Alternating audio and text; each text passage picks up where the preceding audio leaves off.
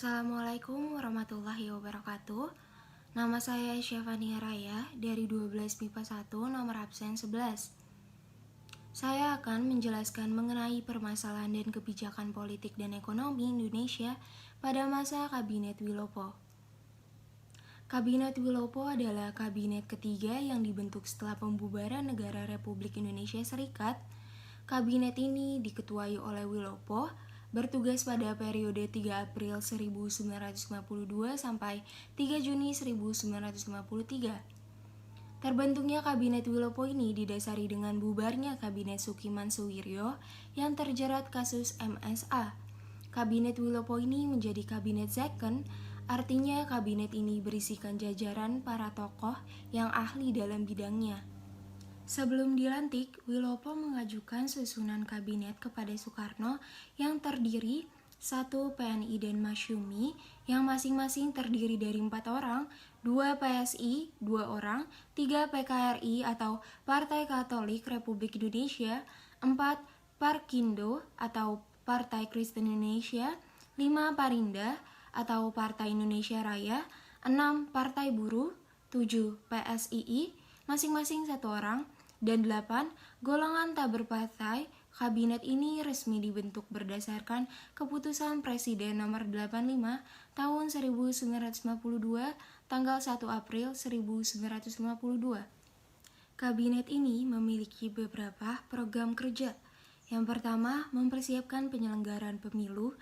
Kedua, meningkatkan taraf pendidikan, kemakmuran, dan keamanan masyarakat. Ketiga, menyelesaikan masalah Irian Barat dengan Belanda. Yang keempat, menjalankan politik luar negeri bebas aktif. Kabinet Wilopo memiliki kebijakan politik dan ekonomi. Dalam kebijakan politik luar negeri, Kabinet Wilopo memperbaiki citra Indonesia yang sempat dianggap memihak ke salah satu kekuatan besar di dunia dengan melanjutkan prinsip politik luar negeri yang bebas aktif. Dan untuk kebijakan di bidang perburuan dan ekonomi, dipengaruhi oleh latar belakang politik Wilopo yang pernah mengisi jabatan di 2 kementerian. Pemogokan yang sering terjadi sebelumnya dapat diatasi dengan menyusun undang-undang perburuan yang tujuannya untuk meningkatkan kesejahteraan kaum buruh.